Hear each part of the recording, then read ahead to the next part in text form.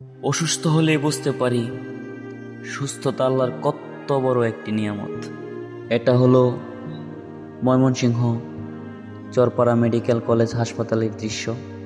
পর্যাপ্ত পরিমাণ বেড না থাকায় ও রোগীর সংখ্যা বেশি হওয়ায় রোগীদের বেডে জায়গা দিতে পারছেন না।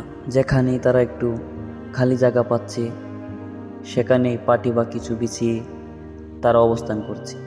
তাদের একটা ইচ্ছা, যে কোনো পরিস্থিতি হলেও তাদের সন্তানকে বাঁচাতে হবে, তাদের সন্তানকে সুস্থ করে তুলতে হবে, তাদের সন্তানের মুখের একটু হাসি দেখতে হবে। অনেকেই 7-8 দিন 10-12 দিন যাবৎ একটানা ঘুমায় না, কারণ কখন কি হয়ে যায় বলতে পারে না। এজন্য বাবা মা তাদের সন্তানকে নিয়ে এসেছে, সন্তান তাদের বাবা মাকে নিয়ে এসেছে। তারা কষ্ট করে শুধু একটা কারণে, কারণ তাদের প্রিয় মানুষটিকে বাঁচাতে হবে, তাদের প্রিয় মানুষটিকে সুস্থ করে তুলতে হবে। আমরা যারা সুস্থ আছি তারা শুকরিয়া আদায় করি। আল্লাহ যেন সবাইকে সুস্থতা দান করে। আমরা সব সময় আল্লাহর কাছে শুকরিয়া আদায় করব।